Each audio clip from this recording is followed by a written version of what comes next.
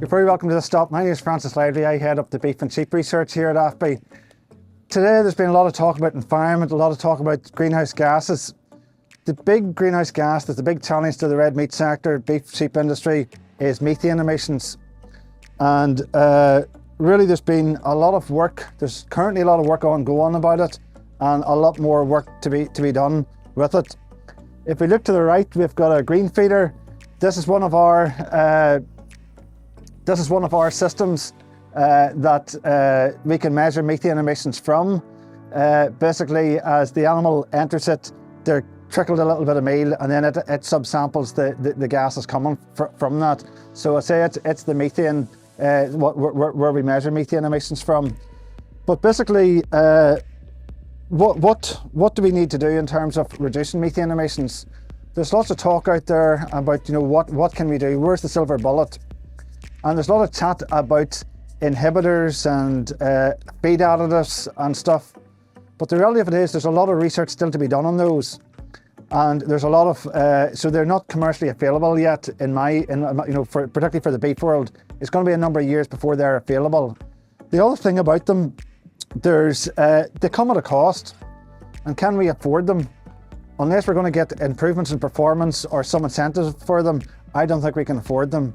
The other challenge at this stage, we want to have our cattle out of grass as long as possible, and we don't want to be feeding meal at grass. So really, there's limited benefit in them at this stage. But what can we do here today on a beef and sheep farm that we can actually try to reduce our methane emissions? If we think whenever we feed animals, we're putting energy in, and what we want out is live weight gain, kilograms of lamb or kilograms of beef out. And we want as much of the feed that we put in to be transformed into live weight gain as we possibly can. Once we feed an animal, the first amount of that energy goes into maintenance, maintaining the animal. Once we then give it above maintenance, that's where we get the live weight gain. If we want to get as much live weight gain, if we can put as much of the energy into live weight gain and less into maintenance, that's going to be better for us. And that's, we're mitigating methane already.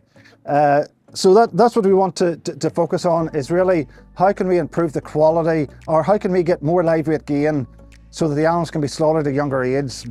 And that is something that we need to focus on today. And we can do it. In Northern Ireland, the average age of slaughter last year for bullocks was 28 months. Yet a third of the animals were being slaughtered at 24 months at high carcass, decent carcass weights. So really we want to focus on moving this proportion of animals over in here. And how can we do that? I believe we can do it through improved forage quality. And I think that's the key thing we have to get across. Improve the forage quality, it'll improve the live weight gain of the animals. If we look at silage, if we are making silage at the present and we're cutting silage that's a lot of stem, a lot of fibre in it, that's going to produce low quality feed stuff. If we want to reduce the age of slaughter, we're going to have to put a lot more meal in to get the same level, or to get a higher live weight gain. If we double the amount of meal or put a lot more meal into the system, that's going to cost us money. We will reduce our slaughter rates, no problem, but it's going to cost us money that really we can't afford to do. The other thing that it'll do, the more meal we feed, the more phosphorus we're taking onto the farm, and that's another environmental challenge, so we don't want that. But yet, if we go for improving our silage quality and we cut grass at a younger age, a lot more leaf, that's going to mean that the animals, when they're eating that forage, they're going to get a higher, each kilo, they're getting more energy per kilo dry matter intake, and that's going to sustain a higher live weight gain. And we can get off of feeding a lot less meal, and that's both better for you because it's going to be cheaper, it's better for the environment because there's less phosphorus, and the animals are going to be slaughtered younger, so that's less methane. So that's sort of, it's a win-win scenario. There's a lot of arguments that lower quality or higher quality silage comes at a higher cost, but relative to concentrates, it is still cheaper. It's still the cheapest feed we can do. That's on the silage side. On the grass side, we still have a lot of beef sheep farmers set stocking or a rotation system that takes quite a bit of time. Basically, if we want to really reduce that down, we've got to improve our grassland management. We've got to rotationally graze, move cattle and sheep more regularly onto good quality, short, lush grass, and that'll give us higher energy.